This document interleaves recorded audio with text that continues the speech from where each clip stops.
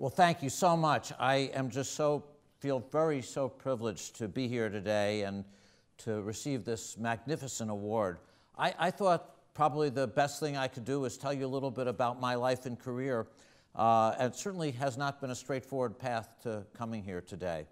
You know, I grew up in Albany, New York. My dad ran a small liquor store, and he worked really, really hard, but when he came home, he'd always play math games with me. My mother, Mary, she was a homemaker, and she took care of my sister, Kathy, who's here today, and myself. And my mother actually worried all the time. Actually, she still does. But I think she's probably worried about me now. But she was and is one of the nicest people you could ever meet, and I hope a little bit of that rubbed off on me. You know, when I was a little boy, I'd get all kinds of like presents for my birthday and like baseballs and footballs. But when I was about 10 or 11, I actually also got these erector sets, and here's an example of me playing with one when I was little. A microscope set and a chemistry set. And they were these called Gilbert sets, and I really loved them. I would make robots and rocket launchers with the erector set. I'd watch shrimp hatch with the microscope. And I set up a little lab with the chemistry set in the basement of our small house in Albany, and I'd mix different chemicals together, and I loved magic, and I liked watching them turn different colors. So in high school, I wasn't actually very good in classes like English and French. But I did well in science and math. So when I was ready to apply to college, my dad and my guidance counselor said, well, I should become an engineer. And actually, that really didn't make a lot of sense to me at the time. I thought engineers ran railroad cars. I really did. But as I learned more about it, it sounded to me like it would be a great profession. And so I decided to apply to a number of engineering schools, and I was lucky enough to be accepted to Cornell University. And my freshman year, chemistry is my favorite subject by far, and I decided to major chemical engineering. But what happened is that when I got done, I got job offers to work in like different chemical plants, and I didn't think I'd be very good at it. I'm pretty sure I was right. And so I decided to apply to graduate school, and I was lucky enough to get in MIT. I finished graduate school with a doctorate in chemical engineering. I still didn't know what I wanted to do, but there were just enormous number of traditional job offers for chemical engineers at that time. So I applied to these different jobs. I actually got 20 job offers, but I wasn't excited about them. And I started to think more and more about what I wanted to do with my life. And this is something, you know, as a young person that I expect a lot of people, young people in the audience, go through. So I figured out, as I started thinking about this, what I did want to do. And I didn't certainly have an exact idea, but I did know that what I did want to do was to use my background in chemistry and chemical engineering to improve in people's lives. And one of the things that I did is I'd spent a lot of time as a graduate student while I was supposed to be doing my thesis, starting a school for poor high school kids and developing new chemistry and math curricula. And one day I saw an ad to be an assistant professor to develop chemistry curricula at City College in New York. So I wrote them a letter applying for a job to be assistant professor, but they didn't write me back. But I really liked the idea, so I found all the ads I could to be an assistant professor at some college to develop chemistry curricula, and I wrote about 40 letters, and actually none of them wrote me back. So that wasn't going real well. So then another way I started to think about that I might be able to help people was through health-related research. So I actually applied to a lot of hospitals and medical schools, and none of them wrote back either. And then one day, one of the people in the lab where I work said I should write to a surgeon named Judah Folkman at Harvard. They said sometimes he hired unusual people. And Dr. Folkman was kind enough to offer me a job. So actually, what I did is I took at the time what seemed to, like all chemical engineers, like a huge risk, and I started doing postdoctoral work in a hospital. That might seem more common today, but at that time in the 1970s, few, if any, chemical engineers did work in a surgery lab before. In fact, I was the only engineer in the hospital. The projects I began working on involved two kind of related projects. First, I was trying to discover really the first substances that could stop cancer blood vessels from growing to the tumors. And the thought was, as if we could do this, maybe that would be a whole new way to stop tumors from growing. But tied to that was that we also had to develop ways of giving these molecules. And so the second area that I began working on was developing polymer systems that might be able to slowly release these and other large molecular weight substances for a very, very long time in the body. It was kind of basic research to solve this problem of blood vessel growth, but that's how I got started. But before I worked on this problem, no one had been able to develop ways to continuously release these kinds of substances for a long time from polymers. And in fact, scientists and engineers at that time thought it wasn't possible to do. You know, they kind of thought it was like somebody walking through a wall. In fact, sometimes I say the only thing that I had really going for me at that time is I just hadn't read all the literature telling me that it was impossible. So I tried anyhow. And actually, I spent 2 years working on the project, experimenting with different techniques, and I actually found over 200 different ways to get this to not work. But finally, I made a discovery that I could modify certain types of polymers and use them to slowly release these molecules. And then we used these polymers to create these assays that enabled us to discover the first substances that could stop these cancer blood vessels and help stop cancer. Just as an aside, it took 28 years from our earliest publication in this area, which was in Science, until the FDA approved the first blood vessel inhibitor.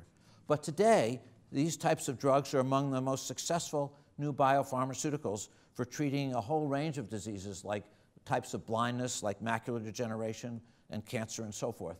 And here's just a slide showing some of them over the last 10 years.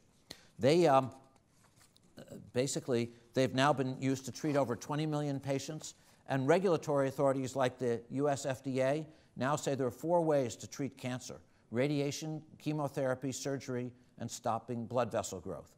And of course, many times these therapies are used together. About 2 years after I started working on this polymer project, I still remember this, that I was asked to give a talk to a very distinguished audience of chemists and engineers in Michigan. And I'd never given a big talk before. In fact, the last talk I had given was in 8th grade, and I had to give a 90-second speech. And I still remember the night before that 8th grade talk, I rehearsed that talk for 4 hours in my parents' bedroom in front of a mirror. And then the next day, I started to give the talk, but after a minute of speaking, I couldn't remember the next word, and I just froze. And I didn't bring something like this to look down on. So eventually, I stood up there for another minute, just saying absolutely nothing, until my 8th grade teacher finally told me to sit down and gave me a not very good grade. It was actually an F. So now when this Michigan talk came about many years later, I was very nervous, and I stopped working 2 weeks in advance of the talk, and I kept practicing my talk over and over into a tape recorder until finally the day came. And I got up and I gave that talk, and I was actually pretty pleased by the end of it. I didn't forget too much of what I wanted to say, and I didn't stammer too much. And so I thought when I was done with this talk that all these much older, distinguished chemists and engineers, being nice people, would want to encourage me, this young guy. But when I got done, a whole bunch of them came up to me and gathered around me, and they said, "Well, we don't believe anything you just said." They kind of said what the literature said. They said, "We know you can't get these molecules you're talking about to slowly diffuse through these polymers." And really, it took several years before various groups started repeating what we did. And then the question shifted to how could this possibly happen? What could be the mechanism? And in fact, I spent a good part of my early career at MIT trying to understand how polymer drug delivery systems functioned, getting at mechanisms which had to do with very complex, tortuous winding paths in these systems, and then trying to make them useful for different applications. Also, I should say that shortly after that talk, I tried to receive funding to support my research. And so what you do is you have to write grants. And I wrote many grants. In fact, I still remember that my first 9 grants were rejected. In fact, I remember I wrote one grant to the National Institutes of Health in the United States for some of the cancer research I was doing. And I remember I got the reviews back, and they were incredibly negative. They not only turned me down, But they said, well, how could Dr. Langer do this? He's a chemical engineer. He doesn't know anything about biology, and he knows even less about cancer. I wasn't sure how that was possible, but, you know, to know less than nothing. But anyhow, that's what they said. So also, when I was done with my postdoctoral work, I applied for faculty positions in a number of chemical engineering departments. But I had trouble getting faculty jobs then because people felt at the time that what I was doing wasn't engineering. They thought it was more like biology. So I ended up joining what was then the Nutrition and Food Science Department at MIT. But what happened there was the year after I got that job, the chairman of the department, who was really the key person hiring me, left. And then a number of the senior faculty in the department decided to give me advice. And their advice was that I should start looking for another job. Another thing, though, that I remember thinking about was, you know, and Dr. Folkman and I, we were interested in getting a patent. That was very unusual at the time at a hospital. In fact, the hospital where I worked had no patents. So we filed for a patent in 1976, and the patent office turned it down. In fact, they turned it down 5 times over the next 5 years. And the lawyer for the hospital told me I should just give up, and, you know, because I was costing the hospital a lot of money. But I never liked to give up that easily, so I started to think of ways, you know, that we could get the patent. And the patent examiner said that what we'd done was obvious, but I knew that wasn't true, as I mentioned, because lots of people told us it was impossible. And, you know, I was trying to think, how could we convince the examiner to allow the patent, you know, legally, of course. So I kept scouring the literature to see if I could find anything that might be useful. And I found a paper published by 5 very famous chemists and engineers in 1979 that referred to our work. And if we could just go to this. And what they wrote was, and I'll just read it to you, but they basically just wrote describing the field that generally the agent to be released is a relatively small molecule with a molecular weight no larger than a few hundred. One would not expect that macromolecules, for example proteins, could be released by such a technique because of their extremely small permeation rates through polymers. However, Folkman and Langer have reported some surprising was really the key word for the examiner. I had no idea this was written, that clearly demonstrate the opposite. So I showed this to our lawyer, and he said, gee, that's very interesting. And he flew down to the patent examiner to show him this. And the patent examiner said, you know, I didn't realize this. He said, I tell you what, I will allow this patent if Dr. Langer can get affidavits, the written documents, from each of these 5 people that they really wrote that. It's a true story. So I wrote them, and they were nice enough to tell me they really wrote it, and we got this very broad patent. And then we licensed it to 2 very large companies, multi-billion-dollar companies, one in animal health and one in human health. And both companies gave us grant money and promised to do experiments to help our invention, which I was very excited about. But what happened is, even though I got grant money and even consulting money, they didn't do that many experiments. They just, you know, again, it was our thing, it wasn't theirs. And that's one of the reasons why I began starting a small company. And so I did this with Alex Klebanoff, and we started a little company called Enzotech, and later that merged to become a company called Alkermes. And today, like, they have many, many products in the market, as do others. This is just a slide of some of the different products that you can use making these techniques.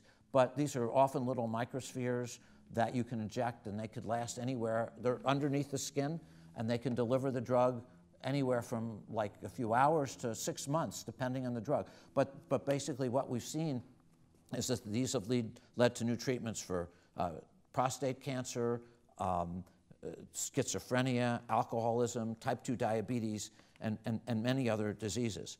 Also, it was just sort of the tip of the iceberg for me. It led me to get interested in starting other small companies. We've now, with our students, done about 30 companies. And also, you know, later on I started thinking, you know, you could not only use microspheres, but maybe we could make them much smaller, like nanospheres, and try to get them to go right to where you want, the cells in the body, like a tumor. And actually, what I'm going to show to explain this to you is a video that the TV show Nova made on what we did. He starts with a nanoparticle of anti-cancer drug. That gets encased in a plastic that releases the drug over time. That, in turn, gets a special wrapping that disguises the package as a water molecule to fool the body's immune system. And last but not least, the address where it should be delivered, a key that will only fit the lock of cancer cells.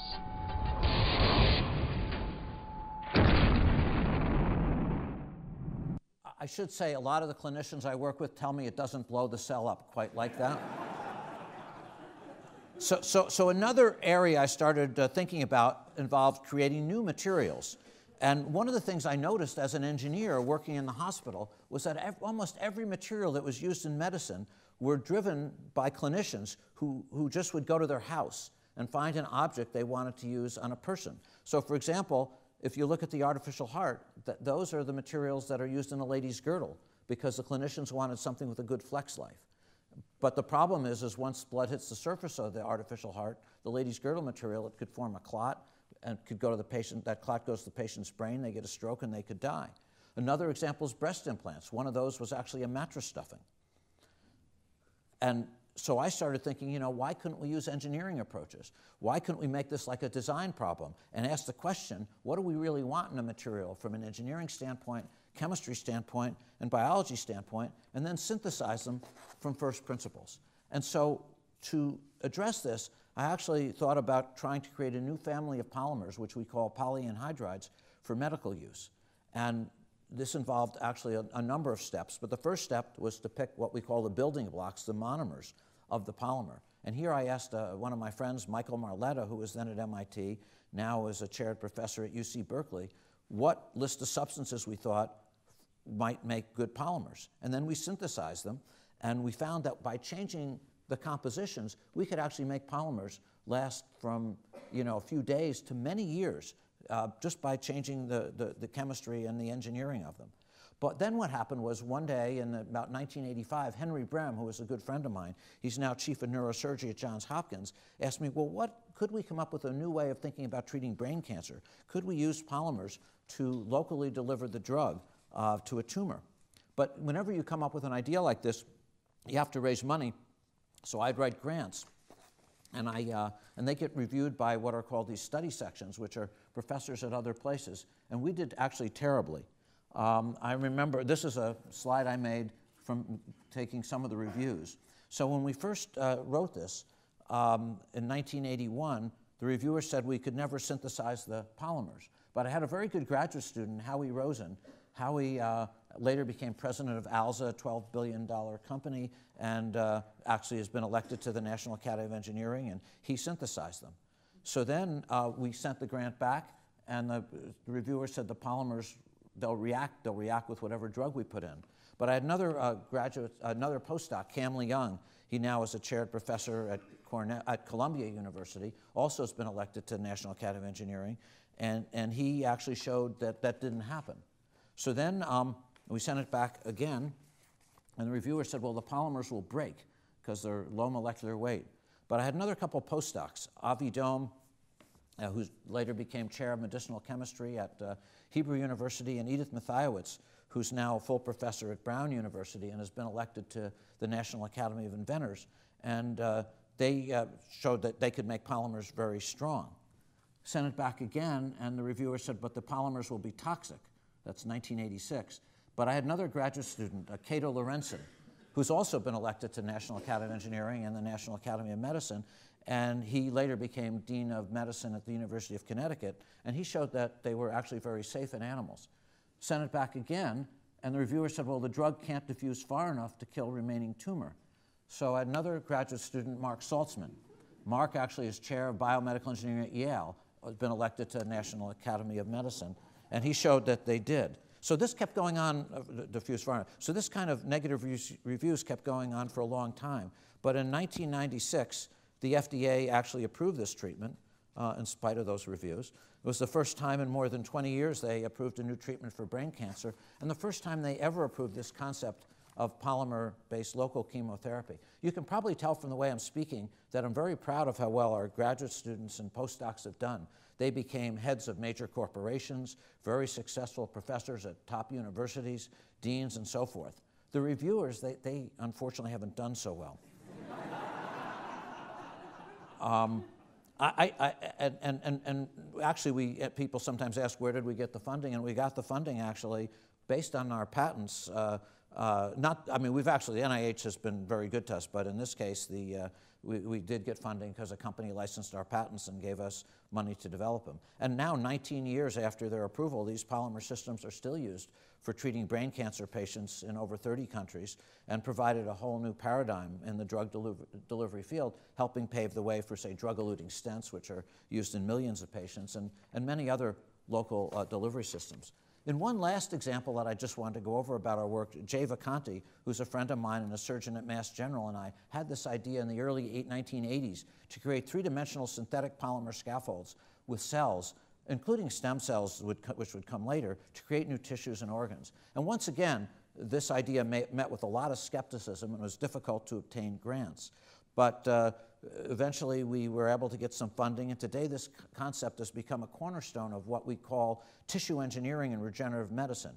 And it's led to the creation, for example, of new skin for patients who are burned. And I thought I would just show you an example of that. Here is a little boy who's very badly burned, but there's a product now that you can take, which is cells on a scaffold. You can put it on the little boy at time 0, but if you come back 3 weeks later, he's doing better. And 6 months later, he's pretty much healed. And these are actually now, and we're working a tremendous amount on this, these kinds of principles are now being explored at earlier stages to help patients who are paralyzed, who need vocal cord repair, to create new cartilage, to create new pancreas.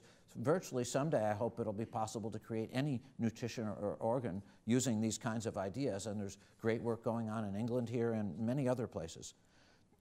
Finally, I just want to add a little bit about my personal life. I've been very, very lucky. I've been married for over 27 years to a wonderful, beautiful woman, my wife Laura, who's here today. We looked a little bit younger then, but I met Laura because she was the roommate of one of my postdocs, and I'd seen her running on the track where I also ran.